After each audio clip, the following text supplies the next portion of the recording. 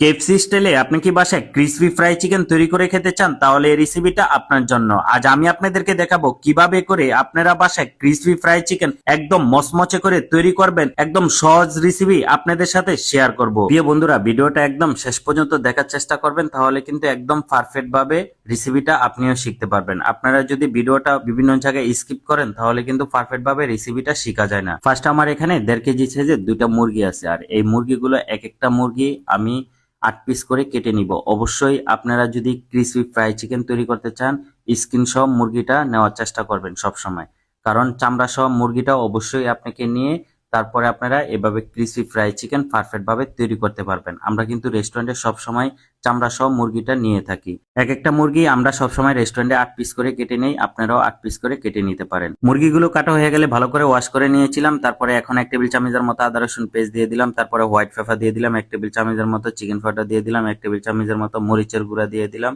1 table চামচের মতো, তারপরে চিলি ফ্লেক্স দিয়ে দিলাম 1 টেবিল চামচের মতো, তারপরে জিরার গুঁড়া দিয়ে দিলাম 1/2 টেবিল চামচের মতো, এখন দিয়ে দিলাম গরম মশলা 1/2 টেবিল চামচের মতো, তারপরে দিয়ে দিলাম কিউমির সয়া সস 4 থেকে 5 টেবিল চামচের মতো দিয়ে দিবেন। ওয়েস্টার সস দিয়ে দিলাম 4 থেকে 5 টেবিল চামচের মতো, ওয়েস্টার সসটা অবশ্যই একটু বেশি দিতে হবে। তারপরে অল্প একটু ভিনিগার দিয়ে দিলাম, তারপরে লেবু রস দিয়ে দিলাম। লেবু রসটা দেওয়া হয়ে গেলে তারপরে স্বাদ অনুযায়ী লবণ দিয়ে দিলাম এখানে। তারপরে মশলাটা খুবই ভালো করে মিক্স করে নিব। মশলাটা মিক্স করে আপনারা চাইলে প্রোজেন্ট হিসাবে ডিপ ফ্রিজে রেখে দিতে পারেন, অথবা আপনারা সাথে সাথে ফ্রাই করে নিতে পারেন। চিকেনটা আর একটু কালারফুলের জন্য আমি এখানে কাশ্মীরি চিলিটা ব্যবহার করেছি, আপনারা চাইলে দিতেও পারেন নাও দিতে পারেন, কোনো সমস্যা নেই। তারপরে একটা বলের ভিতরে বেশি করে ময়দা নিয়ে নিলাম। আমার এখানে টোটাল 3 কেজির মতো ময়দা আছে। ফার্স্টে এখানে চিকেন ফাটা দিয়ে দিলাম, তারপরে দিয়ে দিলাম হোয়াইট পেপার, এখন দিয়ে দিব স্বাদ অনুযায়ী লবণ, তারপরে দিয়ে দিলাম জিরার গুঁড়া, এখন দিয়ে দিলাম মরিচের গুঁড়া। আপনাদের পরিমাণ অনুযায়ী একদম অল্প অল্প করে এই ময়দার সাথে মিক্স করে দিবেন, তাহলে উপরে যে ক্রিস্পিটা থাকে ওই ক্রিস্পিটা অনেক সুন্দর মজা লাগে খেতে, খুবই ভালো লাগে এই মশলাগুলো দিলে। তো আমার এখানে ফ্রাই চিকেন গুলো দেওয়ার পরে ময়দার ভিতরে খুবই ভালো করে মিক্স করে নিচ্ছি।